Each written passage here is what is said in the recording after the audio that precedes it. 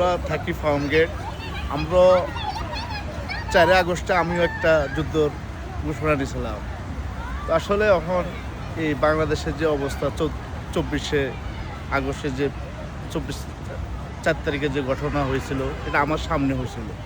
Farm gate থেকে কারণ বাজারের যে মাঝামাঝি যে জায়গাটা এটা আমি নিজের চোখে দেখেছি। এটা যে দেখেছে সে বুঝছে যে এই দেশটা আসলে কি হয়েছে।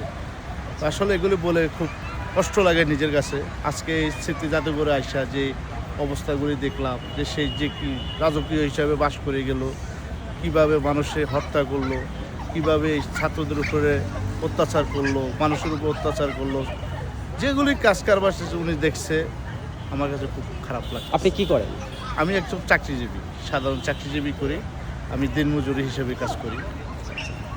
কয় তারিখের ঘটনাটা বললেন আপনি? এটা 4 তারিখ, 4 আগস্ট। 4 আগস্ট। এটা আমার চোখের সামনে হয়েছে। কে কে আসছেন, একাই না পরিবারে? না, আমার পরিবারে কেউ ছিল না।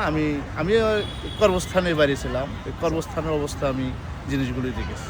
ওই সময় আমি কিন্তু কিছু করতে পারিনি দেশের জন্য, কিন্তু আমি দেখেছি দুই চোখে। আজকে জুলাই জাদুঘর দেখে কেমন লাগলো?